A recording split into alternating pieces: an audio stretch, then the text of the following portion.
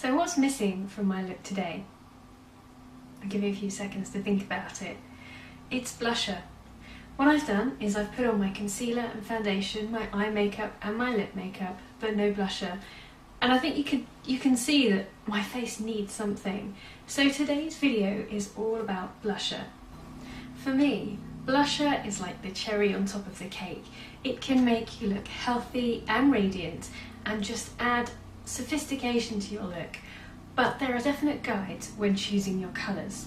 First things first, I'm going to talk about skin tone. If you are Caucasian and quite pale, then colours that are going to suit you are things like this. This one is called Shy, and you can see it's a very, very light colour. Something like this wouldn't suit me because it just wouldn't show up. It would just kind of show up as a powder. Another really nice blush, which I think suits lots of people, is the Studio Blush. And moving on to darker skin tones. So if you are dark tan, olive, like me, the first one is a Studio Blush, and it's this one in Blushing Rose, and you can see that would more complement and show up on my skin tone. It's a semi-matte blush, but it does have gold shimmer running through it. Another one, which is a really lovely, lovely bright colour, is this one, and it's called Flushed. And you can see it's a much more intense colour. You can see how it would be quite overpowering for someone who is quite pale. It's not to say that you can't use it, you just have to be very gentle. My personal favourite is Rose, and this is a mineral blush. This is my favourite simply because I sometimes have quite uneven skin tone, and this is a matte blush. A matte blush will not accentuate any bumps or dips that you may have in your skin, and so it just gives you a lovely colour irrespective of your skin texture. A really nice blush is Peachy. Again, this is a fairly matte blush, completely different tones. This one's more orangey, this one's more pinky. And darker Asian skin tones and black skin tones, well, you're kind of lucky. You can pretty much carry off the really most vibrant colours. Is this one, which is another matte blush, but you can see it's incredibly pigmented. It's lovely. And that one is Pink Passion. Another really lovely product are the corals. The corals just bring out the gold and the warm tone of black and dark Asian skin tones. So I have Coral in the mineral range here, and this one is Glow. Again, another lovely natural colour. Let's do that. There we go. If you want something a little more understated and natural, then Plum is probably the way to go in the mineral line. So where and when to apply your blush? I always apply my blush last because it's the final sort of element that brings the eyes and the lips together. I kept my makeup fairly neutral today, so I can afford to play up the colour on my skin tone of blush, and it kind of adds balance to the two. If I went for too neutral a blush, then I might look a bit washed out.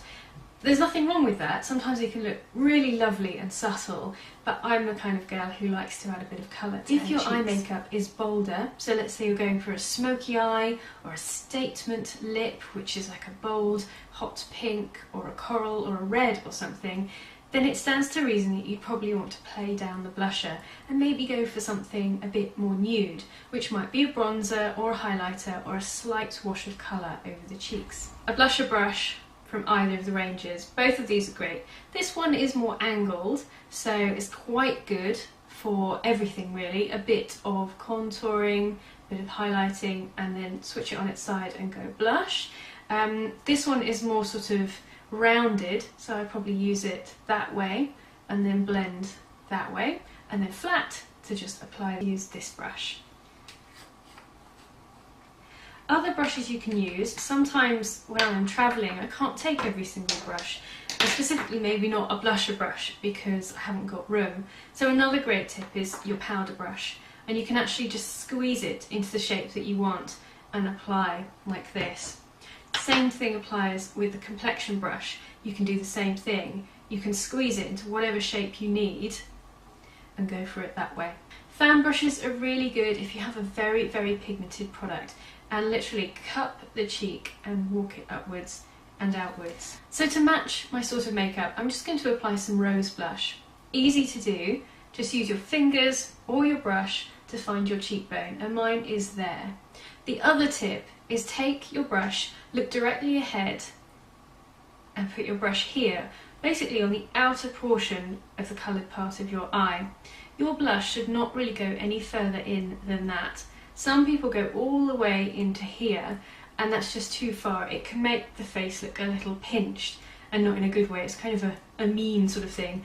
Or it can make you look like you're having some sort of hot flush. So that's as far as I go in. I'm looking straight ahead. That's it. And if it helps, place your finger there. Trace out your cheekbone and just work back to the ear. And it's just the tops of the cheekbones really that you want to put it on. That's really subtle. You can just about see it, and you can build up the colour to how you like it. If you have a fairly round symmetrical face like mine, then just stick to the cheekbones. If your face is more square or rectangle, you can bring it down slightly, make it a bit lower, because that helps to add a bit of structure to the face. Next I'm going to move on to highlighters, and I'm going to be using a fairly new product. This is Glow in one of the Studio blushes, and I'm actually just going to apply it to the high points of my face. You don't need to sort of put it everywhere. I have heard horror stories of people looking like beacons or bulbs or something by putting it everywhere. You can use a powder product or you can use a liquid product. It's up to you what you're more comfortable with. So I place a tiny bit under the brow of the arch of the brow, and then I bring it down in a C shape just to the very tops of my cheekbones. And I'm using this very sparingly. You can see I have hardly any on the brush. Same on the other side.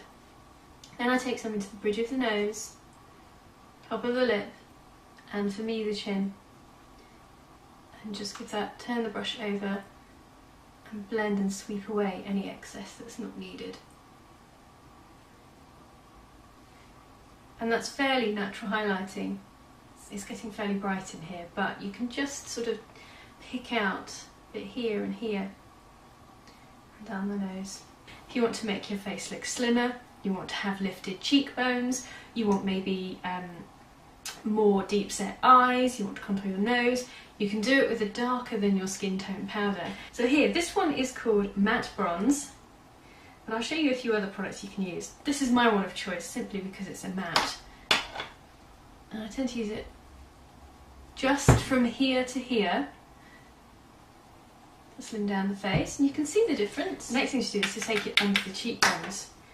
Again, find your cheekbone, there's mine, and go slightly lower. Start at the ear, sweep only about half the way that you would go with the blusher and no more, otherwise you're going to look a little masculine. If you take it all the way down to here, you're going to look masculine rather than soft and feminine. There, just put the touch in there, just the tiniest amount. Take a clean brush and blend that down.